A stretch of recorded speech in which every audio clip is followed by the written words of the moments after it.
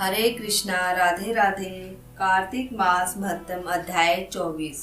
राजा पृथु ने नारद जी से पूछा, आपने तुलसी के विचित्र इतिहास के साथ उनका जो पुण्यप्रद महात्म्य कहा है उसे मैंने सुना है। अब कार्तिक व्रत का फल तथा महात्म्य को मुझे समझाकर कहिए, और इस शुभ व्रत को किसने किया यह भी कहिए।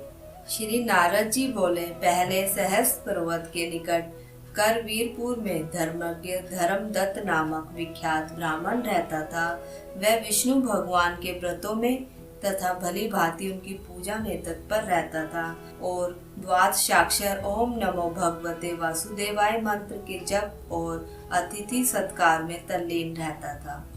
एक समय वह ब्राह्मण कार्तिक मास में विष्णु भगवान के जागरण निमित्त एक पहर रात शेष रहने पर विष्णु भगवान के मंदिर में गया।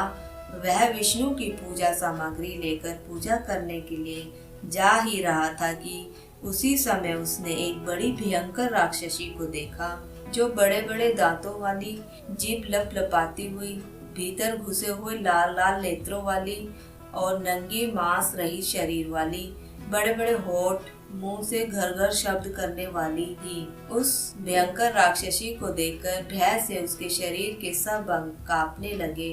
उस ब्राह्मण ने डरते डरते पूजा सामग्री और जल से उस राक्षसी को मारा।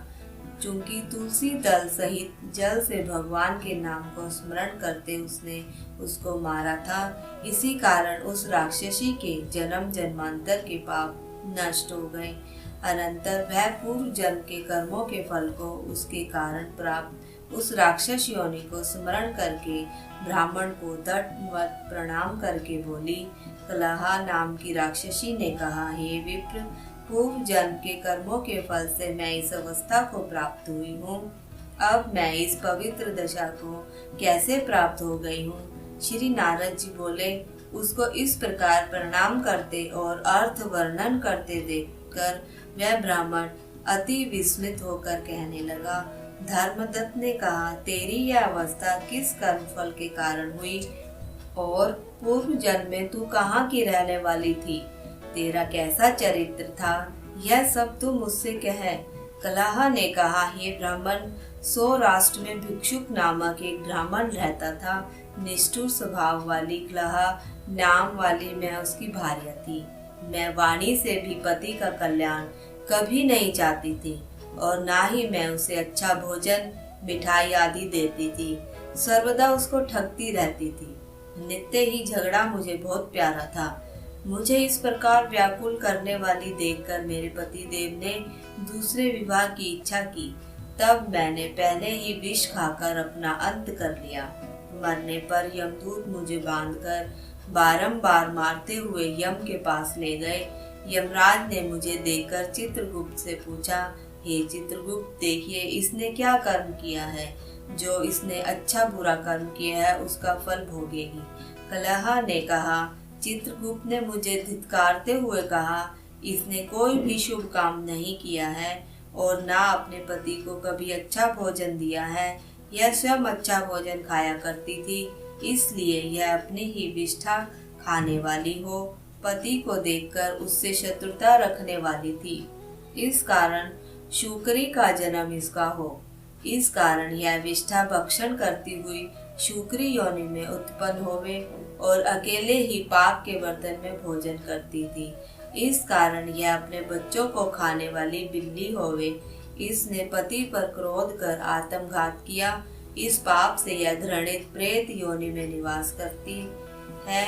अब अपने दूतों के द्वारा इसे मरुस्थान देश में भेज दीजिए। वहाँ यह बहुत दिनों तक प्रेत योनि में रहकर फिर यह पापनी तीनों योनियों का भोग करे। कलहा ने कहा, वहीं मैं 5 वर्षों से अपने कर्मों के द्वारा भूख प्यास से नित्य दुखित होकर प्रेत योनि में हूँ। भूख और प्यास से अति पीड़ित होकर एक वैश्य के शरीर में प्रवेश कर मैं कृष्णा और वेणी नदी के संगम पर इस देश में आ पहुंची हूँ। इसके शरीर में रहती थी कि वहां से शिव और विष्णु के दूतों ने बलात् हमको बाहर निकाल दिया। फिर हे द्विजोत्तम, मुझ भूखी प्यासी को आप दिखाई दिए। मेरे ऊपर आपके हाथ से तुलसी जल का छींटा पड़ गया। इससे मेरा सब पाप नष्ट हो गया। हे विप्रश्रेष्ठ, अब कृपा कर बताइए कि आगे होने वाली तीनों योनियों से और इस प्रेत देह से मेरी मुक्ति किस भांति हो। ब्राह्मण कलेहा की इस प्रकार वाणी सुनकर उसके कर्मों के परिपाक से स्वयं चकित और दुखी हुआ और उसकी गलानी देखकर उसका चित्त पिघल गया। तब ब्राह्मण थोड़ी देर ध्यान में चुपचाप होकर दुखित भाव से कहने लगा। कार्तिक मास महत्तम अध्याय 24 समाप्तम।